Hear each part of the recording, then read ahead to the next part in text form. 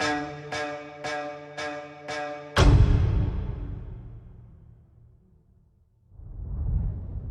think grief is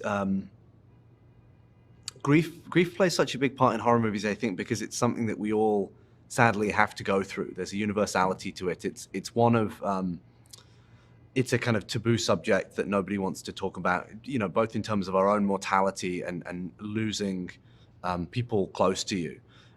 Horror, I think, is best when it's speaking to the things that we don't ever want to talk about in polite conversation, and grief is such a huge one that hangs over all of us that we never ever speak about.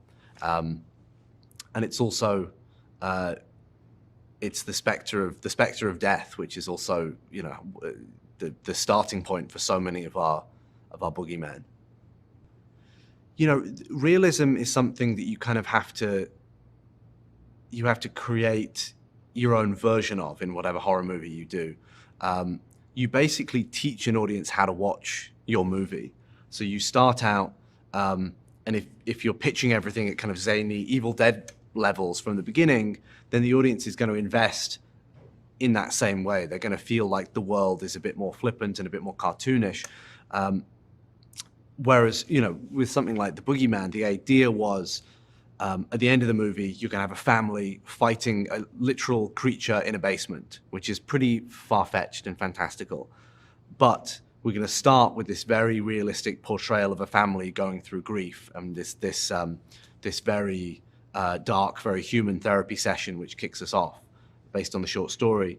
And I wanted to kind of almost lull the audience into a sense of realism that was very grounded at the beginning of the movie, and then slowly, through kind of drip feeding our scare scenes, introducing the monster bit by bit, just as a thing that lurks in the shadows and is off screen, slowly, you know, almost like turn up the heat on the audience so that by the time we get to fighting the monster in the basement, it doesn't feel so far-fetched. It still feels like we're in base reality and this could happen to any of us, that it's, we're all,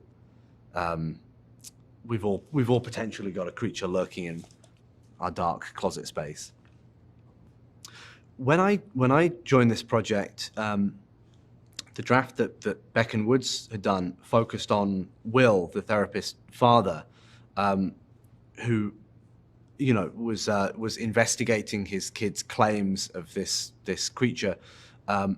It felt to me like the version of the movie that I wanted to tell was more geared towards the younger characters, and I was more interested in kind of evoking those childhood fears and what it felt like to be a kid afraid of the boogeyman.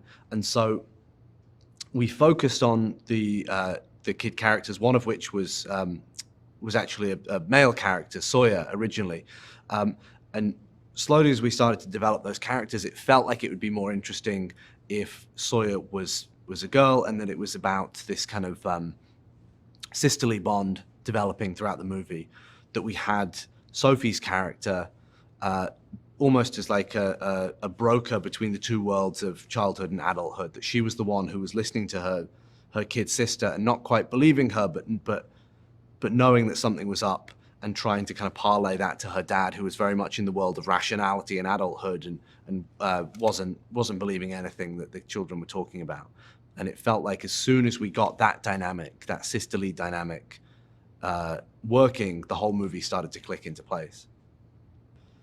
Sophie and Vivien are just completely phenomenal. And the thing that I love that they brought to this film is their personality is writ large in this movie. They're both such wonderful people as well as such wonderful performers.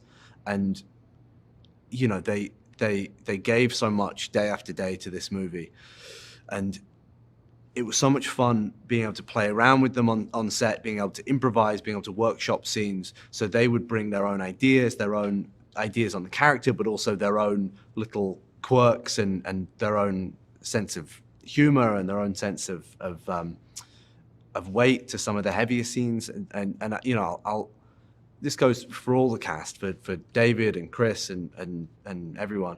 I'm just so grateful that all of the actors brought so much and invested so much of themselves into this movie. I think you can feel it across the whole film. Their personality is so baked into the DNA of the thing. Absolutely. I think everyone has their own idea of what the boogeyman is and what the boogeyman represents to them. But really, the boogeyman is just the thing that exists in the darkness that's just beyond what we can see. And so I wanted to kind of weaponize the darkness in the movie in a way that meant that we didn't have to show the boogeyman very much. But every time there was a dark space in the frame, the audience was on edge. They felt like they might be able to see the twinkle of some eyes there, or that something might emerge from the shadows. And it was really the idea that I didn't want to kind of invalidate anyone's own personal fears. I wanted them to leave the movie feeling like they'd been terrified all over again, you know, and that they felt like being a kid staring into the darkness of their closet again, but that this movie left them feeling like their boogeyman could still exist in that darkness.